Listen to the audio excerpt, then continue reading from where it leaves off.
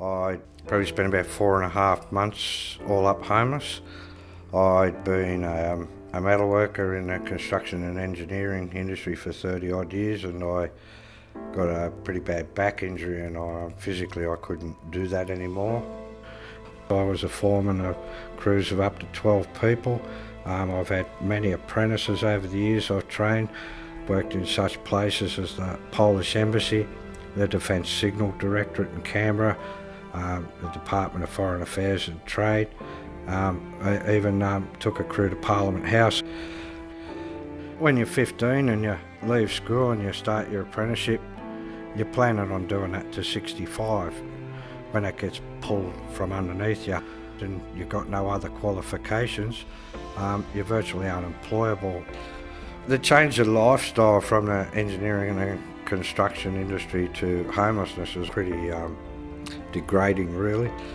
All of a sudden you find people look down their nose at you, they can tell you're homeless, you've got to go begging and borrowing here, there and everywhere. A lot of men become homeless because of loss of employment, family breakdown, mental health issues.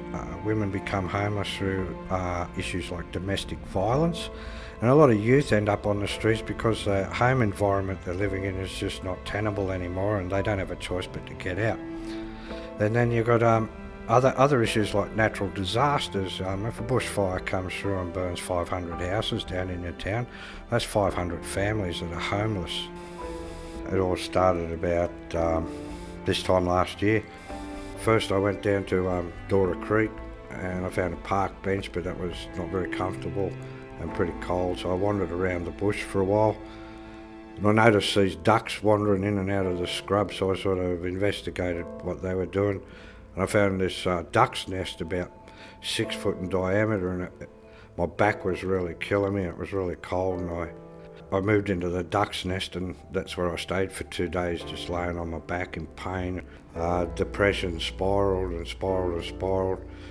I contemplated suicide, and then I went and pinched my partner's car and got my parrot, moved into the back of the car with some camping gear, a cast iron frying pan, a little gas stove, and I cooked up everything the first day because I had no way of keeping food.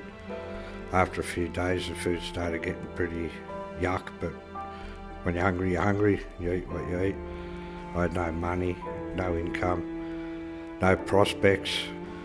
The Salvation Army helped me to get onto Centrelink and get some new start happening.